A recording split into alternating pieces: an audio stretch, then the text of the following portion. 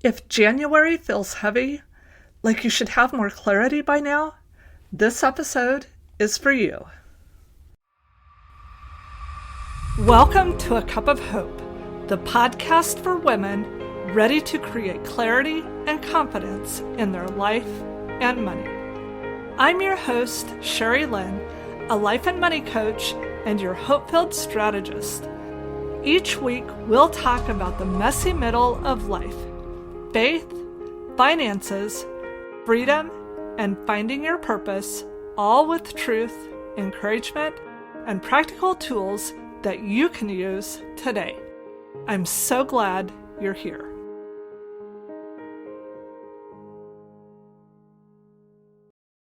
As we step into a new year, I know we all approach it a little differently. Some of you love to plan, goals written, words chosen, lists ready. Some of you avoid planning altogether because it's felt disappointing before. And some of you are just trying to get your footing, taking life as it comes, hoping this year feels lighter than the last. Wherever you fall on that spectrum, you are welcome here. And today isn't about convincing you to do more, plan better, or get it right. No, it's about slowing down long enough to ask a different question. Here's today's cup of hope. January isn't about fixing your life. It's about creating enough safety and clarity to notice who you are becoming. January often begins full of hope, even for people who are tired, even for people who are grieving. There's something about a new calendar that whispers, maybe this can be different. A clean slate, a chance to shut the door on a very hard year. And that hope isn't wrong. It's very human, and I think it might be God-given. The pressure usually doesn't show up on January 1st. It shows up later. It creeps in when hope quietly turns into expectation, when we make promises to ourselves that we really haven't thought through, or assume change should just happen because the calendar changed. And then, when it doesn't, we internalize it as failure. Another reason January unravels for so many people isn't a lack of desire, it's actually overplanning. We create these all or nothing versions of ourselves, perfect plans, clean streaks, big declarations. And then, when the first thing goes wrong, like we miss a day, or life interrupts, energy dips, instead of adjusting, we assume the whole thing must not be working. But becoming doesn't unravel because of one imperfect moment. It unravels when our identity is tied to performance instead of character. So what if this year isn't about executing a flawless plan, but about being a woman who keeps her word, starting with herself? A woman who returns after she misses a day.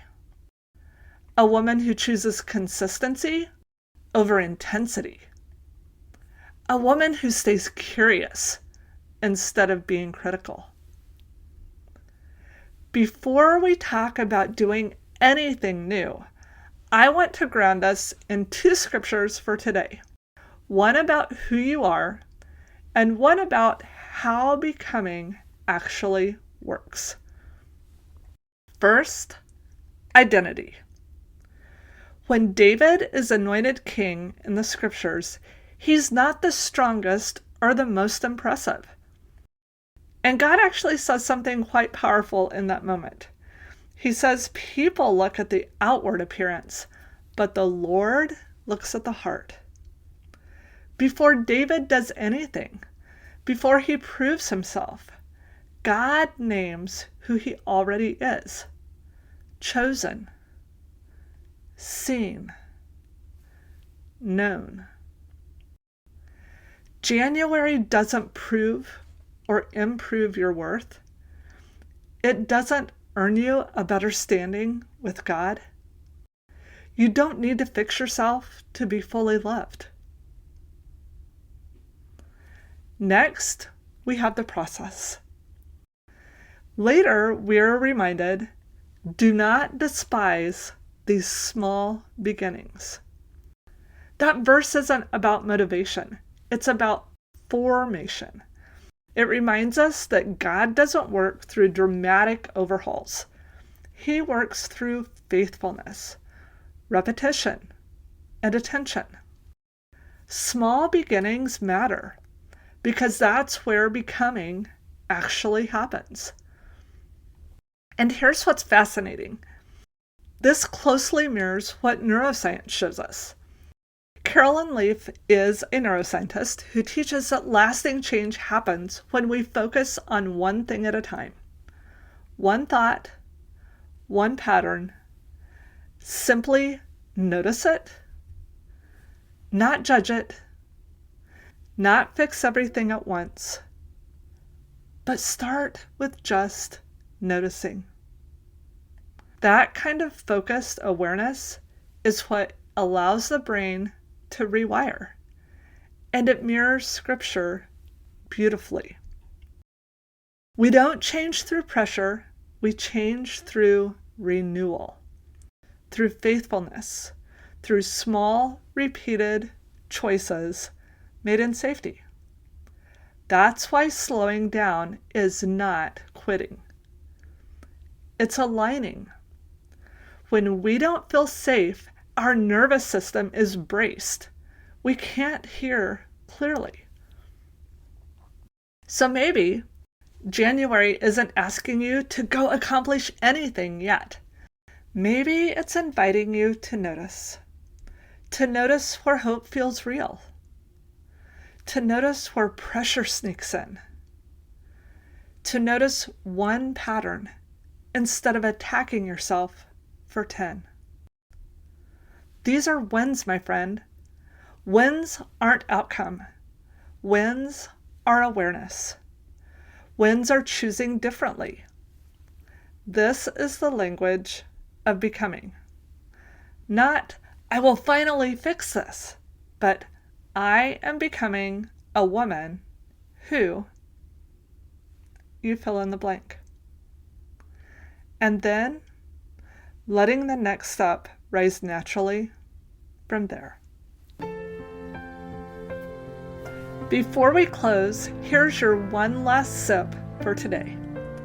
Instead of asking, what should I do this year? Try asking, who am I becoming? And what would feel like a single next step to that place? That question alone creates clarity. If you'd like to grow deeper in this area, I created a short, calm guide to help you slow your body down and create clarity without fixing or forcing anything. It's a gentle place to start, and you can find the link in the show notes.